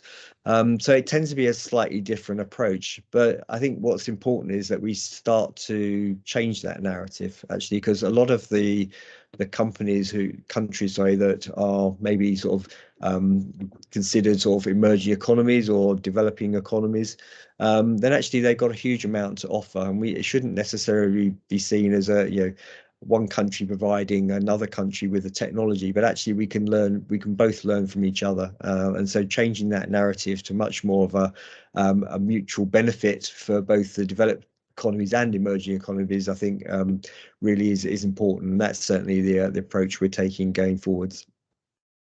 So just on touching, I suppose, on the work with developing economies, then it's mainly been through our Newton Fund and Global Challenges Research Fund to date, and that shows you there just the types of countries we are working with through those different programs. And to give you an example of this, I mean, one of the big programs we have in the UK is it's a £60 million 5-year program is around smart sustainable plastics. But as part of that program, it's also working with India. We've got discussions going on with Latin America and also South Africa as well. to really say, actually, if we're really going to tackle the problems of plastics, how best do we do that? How do we work together to achieve some of those goals? So reducing the impact that plastics have on the environment, and so very much coming together to do that. But equally, we need to understand how do these technologies work not only in developed economies and emerging economies, but actually how do we, as I said, how do we learn from each other as to how we can deliver lower cost, less impactful alternatives to plastics if we can't completely eradicate plastics themselves. And then we look at something, perhaps something which is more about relationship driven by economic benefit, and then we're working very closely in this case with Canada around developing net zero value chains and around supporting transport. It's mainly surface transport rather than aerospace. But we're looking here about how do we build long-term relationships. We're looking at mutual benefit, but we're looking about how does Canada and UK come together and start to develop areas where we can see economic benefit from both countries. And so we're looking at very much from that lens. How do we learn from each other? How do we allow and support our companies to work together so that actually they can develop some of these technologies and then go on to basically sell those globally by that collaboration. And obviously you've got themes there around sort of low and zero emission propulsion, advanced sustainable materials, disruptive technologies and assistive technologies and control systems. So it's looking at things like autonomous mobility. So again, we're coming at these things from slightly different perspectives, but ultimately they're all resulting in similar types of research, which is joint R&D and innovation. And just touching on one other program really is our Global Incubator program, and this is where we're supporting businesses to work in different countries and really give them an opportunity to do a deep dive in the country where they can really start to build the connections and collaborations that they need to. So it's operating in 3 countries currently and soon to be in India as well. But the one we're working with on the US is very much around clean tech. So we're working with Urban Future Lab, which is part of New York University. And again, we're working very closely with them to really help clean growth companies to build the collaborations and partnerships, but through working with the university in their incubator and building it out through that approach. So the 7 companies on the screen are the first 7 that went through that cohort. And it really has been a successful program in starting to build the collaborations and partnerships, but by putting those companies into the incubator for a period of time and working intensively with the incubator. So that program for us has worked really well. So I just wanted to sort of end up really by, I suppose, looking at sort of the global collaboration in sustainable innovation, and that there are over 70 countries, who've already set the ambition of net zero by 2050. And as an innovation agency, we're starting to think about, well, what does that mean for us? How do we think long term? That's very long term in terms of planning cycles, but how do we put the programs and processes in place to enable us to really support those types of ambitions? How do we plan ahead? As I said earlier, no one country can solve all the challenges alone. It really does need that global collaboration. And so how do we work collaboratively together to achieve that? So that's all I want to say today. Thank you very much for the opportunity to join the session. Really fantastic discussion, and look forward to any questions later. So thank you very much. Thank you very much. Let's give a big round of applause. Thank you very much, David, for joining us regardless, because I was not sure whether it's okay to mention that, you tested positive. I could see that you look very well. I'm sure you will feel better soon. Thank you. Thank you. I didn't feel too well the other day, but I'm okay now. Thank you. Oh, I'm really glad to hear. And it's such a fantastic news to hear all sort of new things that are being done by Innovate UK to promote global sustainable innovation as well as collaboration. So now I would like to invite Hu Watkins, and who is the head of Asia Policy Intellectual Property Office UK, who supports UK business in securing and protecting their IP rights overseas. And also the work who has done includes supporting UK trade ambitions by accessing trade negotiations, by assisting trade negotiations and engagement with overseas government. We are really grateful to Hu for joining us today. Over to you.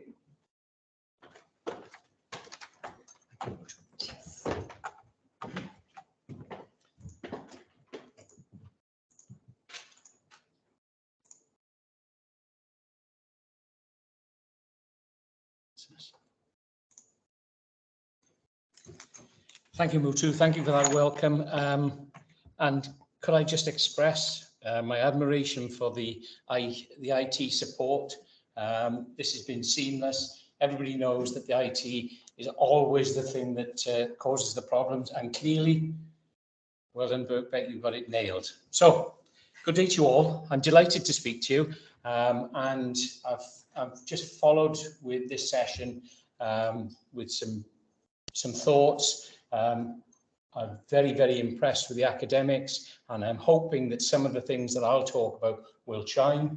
I was particularly upset, perhaps not upset's a little bit strong, but I was sorry to see that David wasn't here, because I'm sure you'll appreciate when we speak that a lot of the things that the Intellectual Property Office are doing will chime very much with UKRI. But first of all, congratulations to Mutu De Silva. I came here a couple of years ago and made some incredibly good networking connections. And I know already from the conversations that I've had, I'm going to be busy in the coming weeks and months.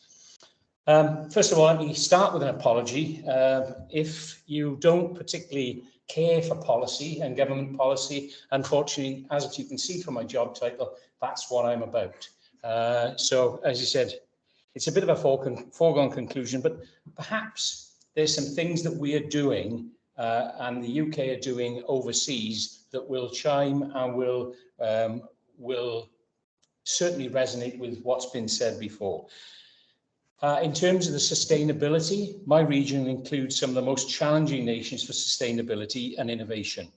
The region also includes some incredibly forward-thinking nations.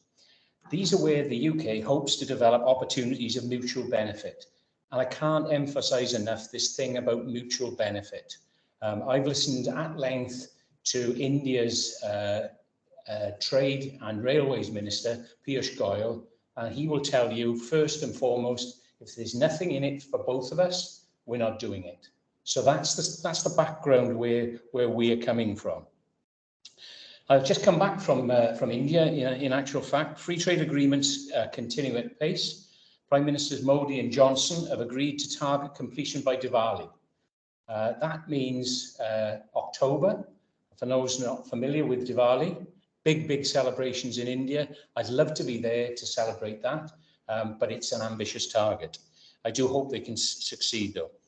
India, as you said, is an incredibly vibrant nation. Education, innovation, and businesses are becoming a huge priority for Prime Minister Modi's economic ambition.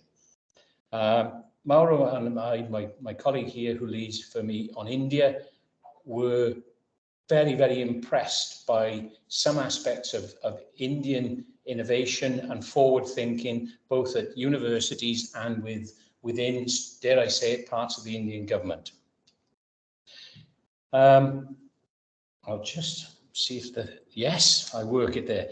It was good to see David refer to the UK Innovation Strategy. I'm not going to spend much time on this because it's something that it's quite easy to look up and read. But this is actually underpinning a huge amount of government work and government policy, and it forms our business planning. So let me talk about, first of all, the innovation. understood as the complex process of taking an idea to market has been a major challenge for entrepreneurs and small and medium enterprises. For this reason, there exists the concept of the valley of death, the period where companies collapse due to lack of external support. All innovation processes involve two main phases: the R&D, research and development phase, when a company acquires technology, and the commercial phase when products are launched on the market. In the context of open innovation, IP rights reduce operational risk, facilitate knowledge sharing, and you only have to look at the success of tech transfer through the pandemic to secure global benefit.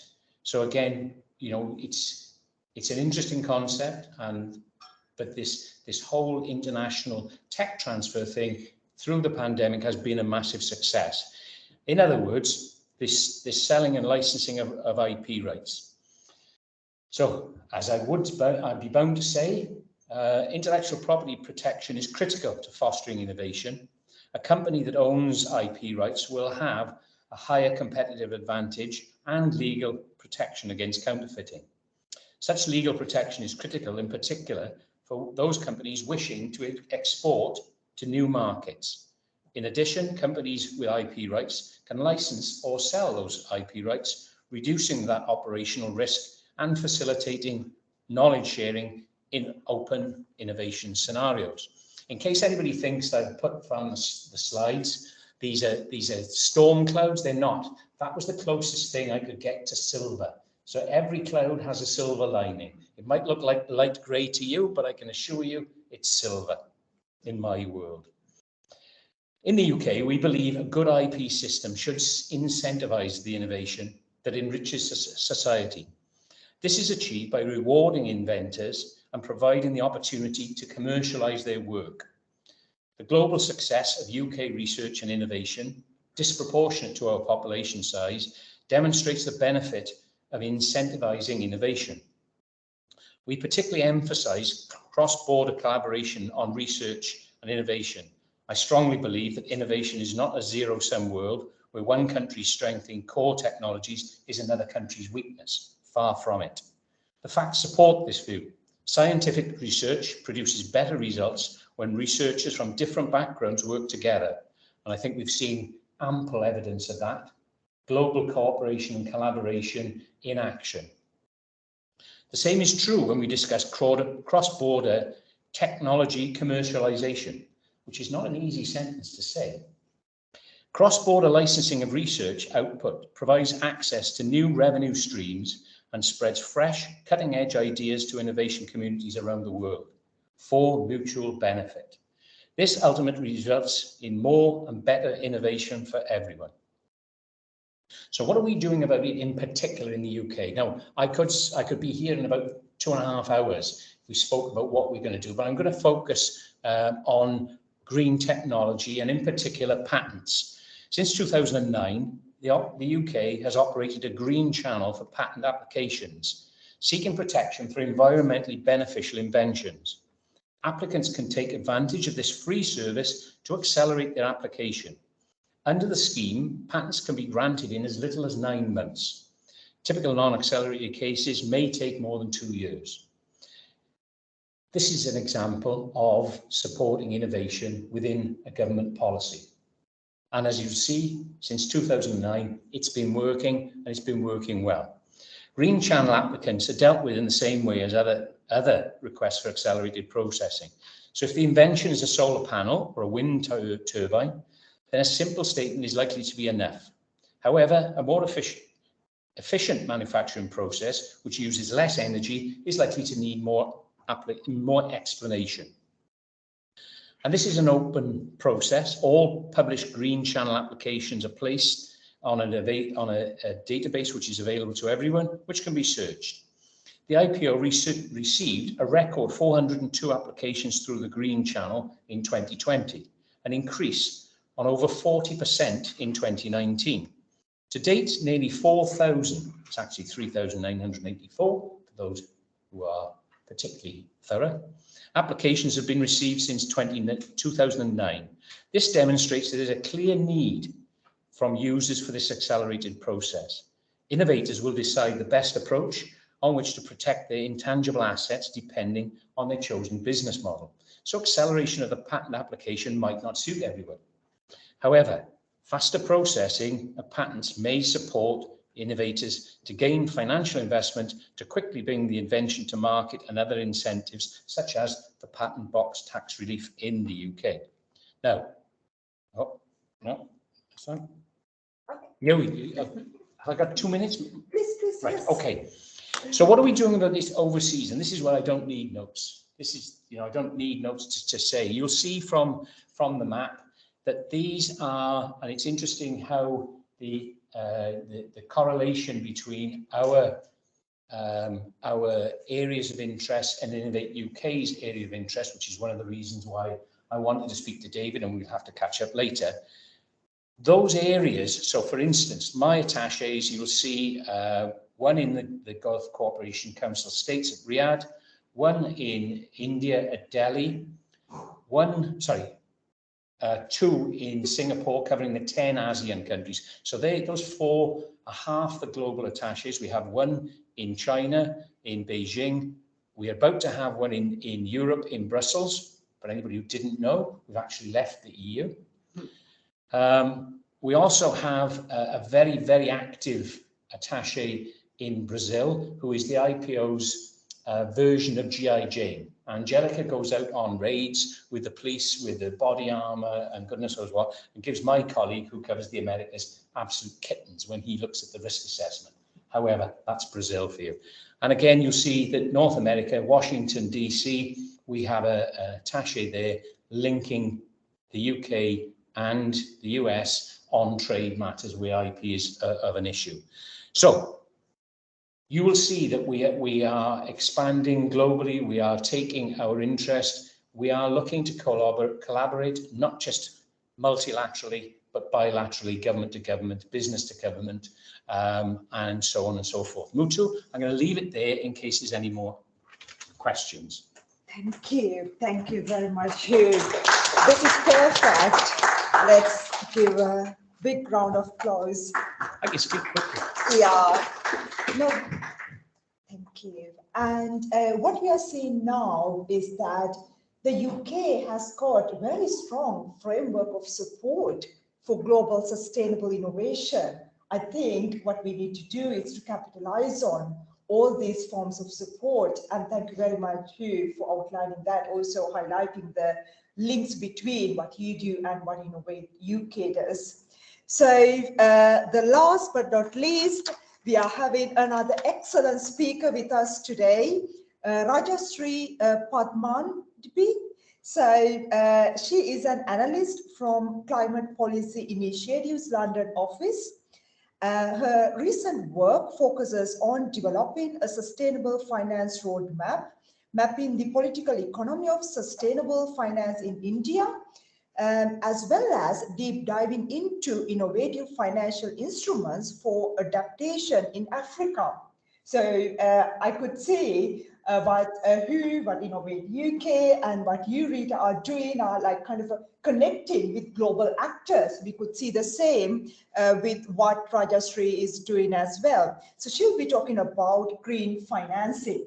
Over to you, Rajashree. Again, thank you very much for joining us. We are delighted to have you with us today.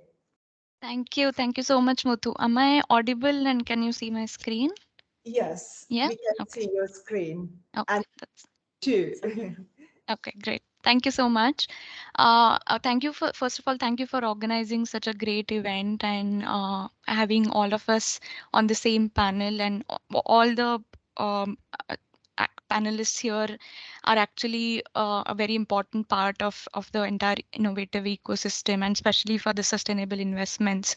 So I will be very quick, and at the end of the presentation, you'll probably see how all these things tie together.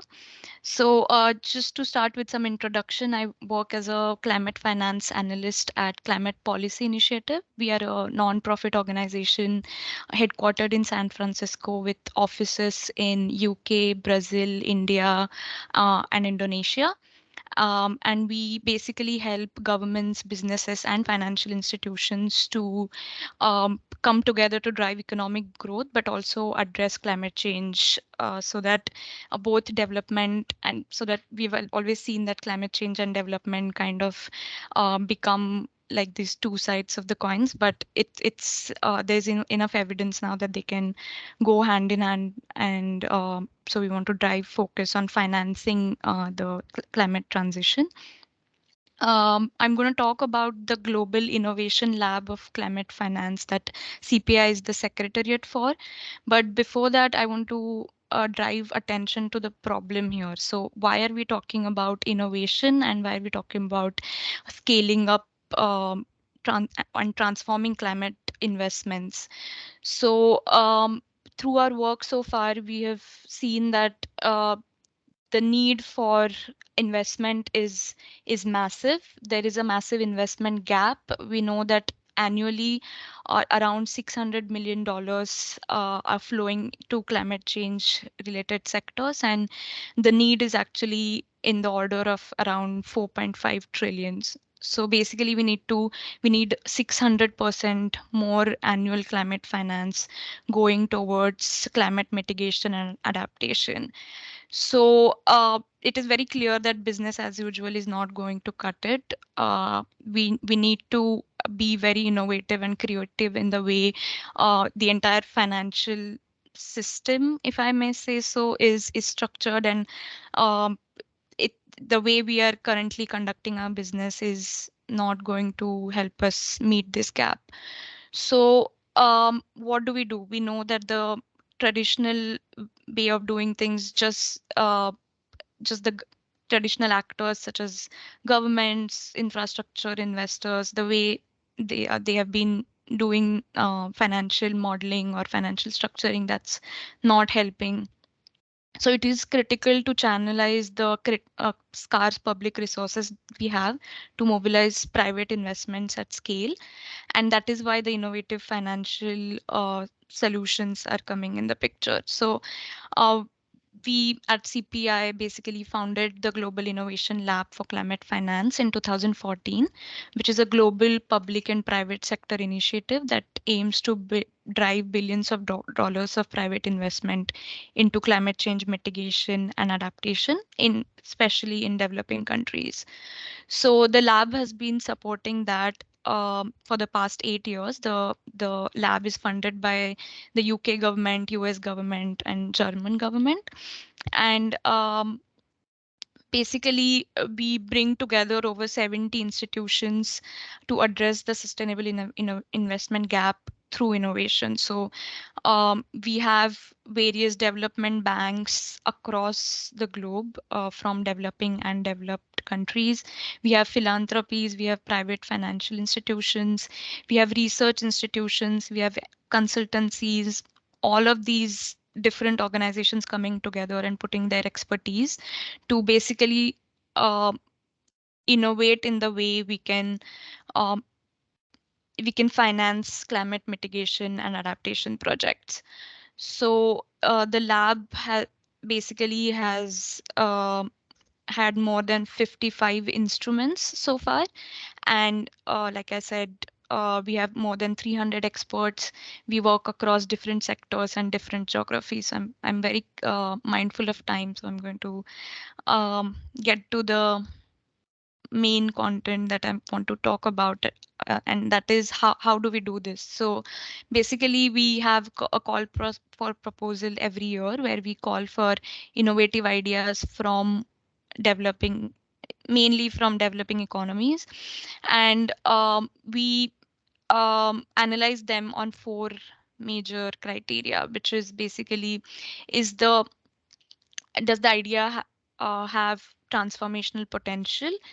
Is it is it innovative in a way that we have seen so many projects coming in. So what is it that this idea is doing innovative?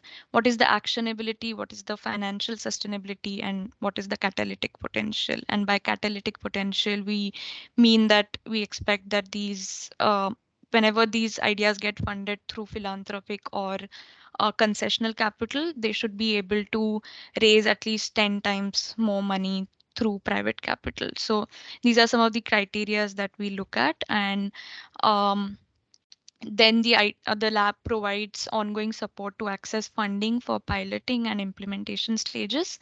And the lab also provides all sort of non-financial support. So it's not just an incubator, it also connects all the right stakeholders and brings them on one platform.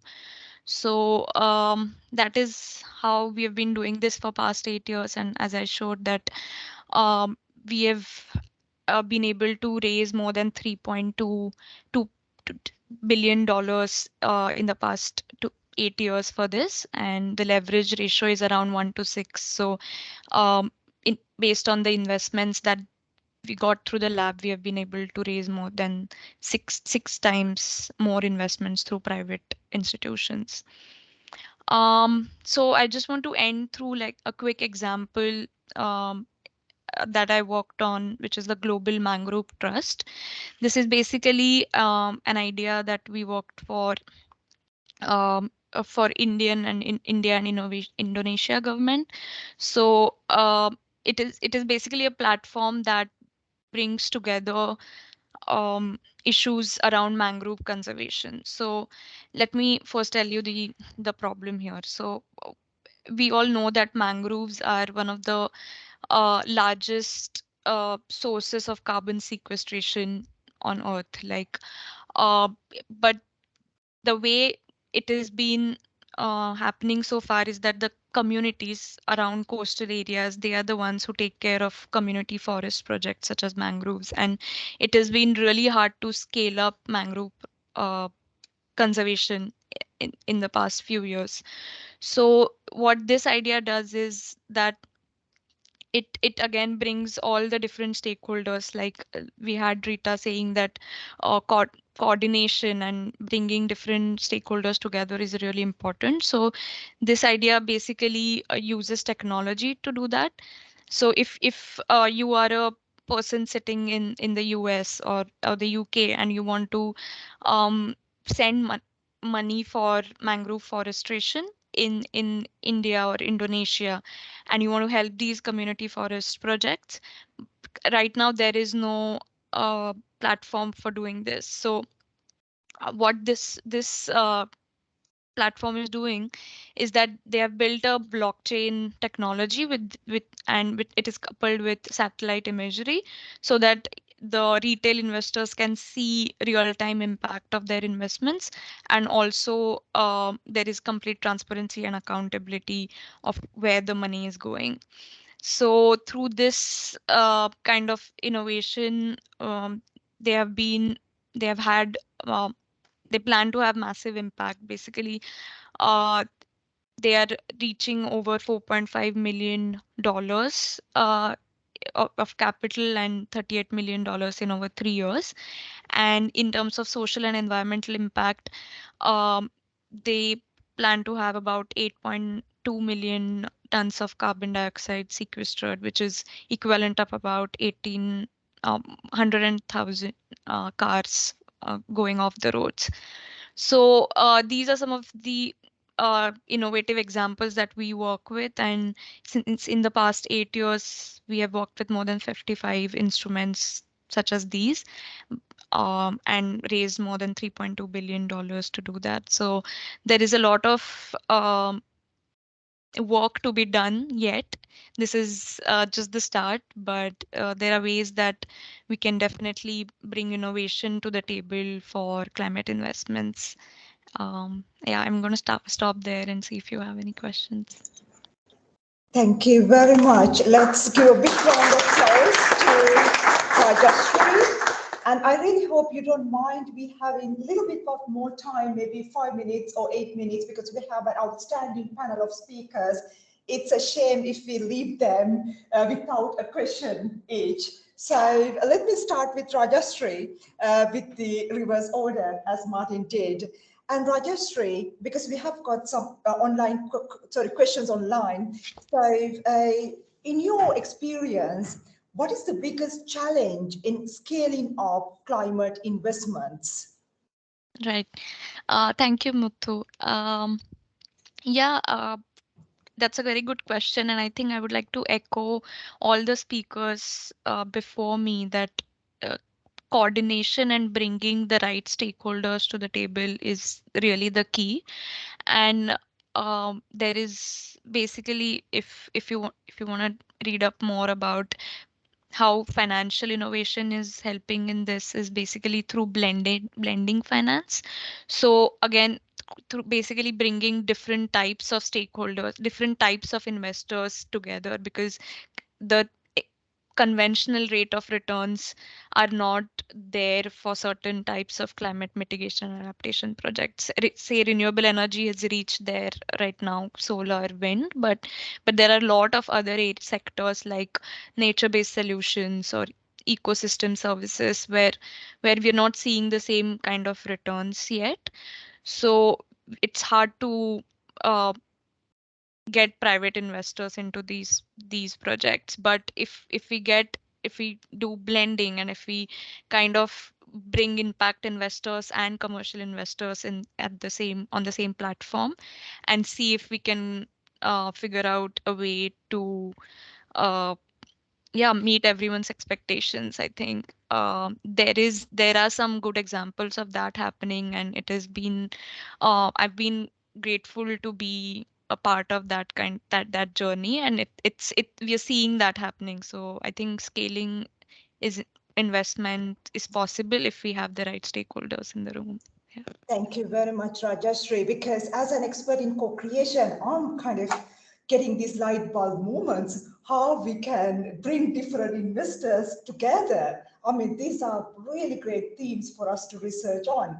And now I would like to move on to Hu, if that is okay. So Hu very kindly invited me to UK's delegation to India a while ago. We had a fantastic time in promoting the interaction between the UK and India. Would you like to share with us since then, because you visited India just a couple of weeks ago, or maybe last week, right? Week before last. A couple of weeks ago. And what are the new developments, and what are the opportunities and challenges in terms of having this interaction and achieving global sustainable innovation? Lovely. Thank you, Muthu. I will be brief because for those of you who know me, that's quite a thing. Mauro will be saying, oh God, he's going to go off on again. But in reality, there's a new head of the Indian IP office who is an academic. He has views and visions on opportunities. What impressed us particularly was not just, when we were talking, was not just about rights granting, about patents, about designs, about trademarks and copyright, was the practical application. I don't know how many times I've written for ministers the phrase IP runs like a golden thread through many things. You can have that one from me, you know, I can almost copyright that one. But in reality, I think there's a willingness. It was an incredibly warm welcome. You'll remember, Muthu, to be actually in the room. It holds for all across my region, whether it's in the Middle East, whether it's in India or Southeast Asia. You will not beat face-to-face engagement. And we've managed at a distance, but the will is there. The free trade agreement will focus things, but everybody was talking about innovation. Modi has ambitions of hitting this 5 trillion a year economy. My generation are not going to do that for him. He needs his new innovators. And equally, if the UK wants to be a global superpower, science superpower, sorry, need to make that quite an important difference. If we want to do that, we need innovators, and I'm not suggesting for 1 minute that older innovators can't do it, but the chances are they're going to be younger ones. Thank you very much, Hu. What a great statement. So we are having this event at CIMR. So our innovation scholars could make a great contribution. So that's fantastic. So David, I would like to ask a question from you as well. There is a question coming up. So that is, like, you have explained really great initiatives introduced by Innovate UK. So what are the challenges Innovate UK is facing in achieving those targets, especially this global sustainable innovation and collaboration-based targets? What sort of challenges do you face, and what sort of actions you may have taken to overcome? I know that we don't have much time, but very quickly, maybe in 2 minutes. Yeah, no, can do. Many thanks, Mutu. I think the biggest challenges for us are really just continuing to build the relationships and the partnerships with different countries. I mean, I think COVID over the last 2 years has meant that we're having to do things virtually, and I don't think you can ever really replicate the coming together and face-to-face discussions. So sorry I can't be there today, but I think that's really key. It is really you have to meet people and you have to build the relationships. I think then it works virtually. So I think part of the challenge we certainly had over the last couple of years is just the inability to go and visit colleagues in other countries. So I think that's been key. I think the other thing for us really as well is just really about how do we help the companies build those partnerships and collaborations as well, and a lot of the programs we do are really about helping them to do that. And I think often the biggest issue is just finding the partners in the first place. So we rely quite a lot on our international partners to do that. So I think those are probably two of the key issues. But I think things are getting back together, getting back to a bit more normal at the moment, so that's a good thing. Thank you very much, David. Again, thank you very much for joining us regardless of your condition, but we hope you feel better soon. And last not but least, Rita, I would like to ask this question from you. You have talked about inclusivity. I think that's a key concept. What sort of challenges that we may face in terms of achieving that inclusivity? You have discussed some of the challenges, but would you like to expand on this a little bit? Yeah, because you have to come here, otherwise the online audience cannot hear you. I'm really sorry. Yeah.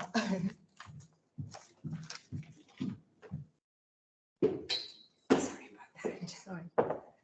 Very quickly, I think it's about actually seeing inclusivity and against those 5 levers that we talked about. So how inclusive is your purpose? Are you connecting to your stakeholders, your customers, your communities, people that you work with? How inclusive is your design of your organization? Are you thinking about where people work, why they work, how they work? Are you thinking about inclusive in terms of your networks? How broad are they? Are you thinking about your data? Are you using that and leveraging it inclusively, i.e. rather than just the silos of functions that have data? Are you connecting those dots? And lastly, are you inclusive in terms of thinking about the mindset that you need? So inclusive of actually challenging yourself to go and ask that other people, we saw it today, people saying we don't have all the answers. So those are probably the 5 things. Those are the challenges. Make sure you apply them right across. Okay. Thank you. Thank you very much, Rita. Really, really excellent answer. I know that we don't have time here, but I would like to take final 2 minutes just to say thanks to everybody. And first to Helen for jointly organizing this with me. And then you have supported us. You have offered us really great advice as to how to make this event a success. Thank you very much, Helen. Without you, this would not have been possible. Yeah, and then our really outstanding chair and the panelists. So you shared with us a wealth of knowledge and experience, and we are really grateful to you. You made this event colorful. As scholars and the practitioners, we all have unanswered questions that we are going to answer, and also potential collaborations that we are going to make in going forward. Thank you very much. and our excellent audience, both online and in person. So we have really great audience. We hope so. Oh, thank you so much. Okay, so so we really hope that we will be able to continue this engagement, have a community of global scholars who will be talking about global sustainable innovation. And thank you very much. So last but not least, I would like to highlight the excellent contribution made by our communication manager, Isabel, as well as our excellent PhD students, Mariam and Usal, as well as the director, co-director of our CIMR, Federica, as well as Mariam. She could not be here today. Thank you so much for your support. Without your support, none of this would not have been possible. Thank you.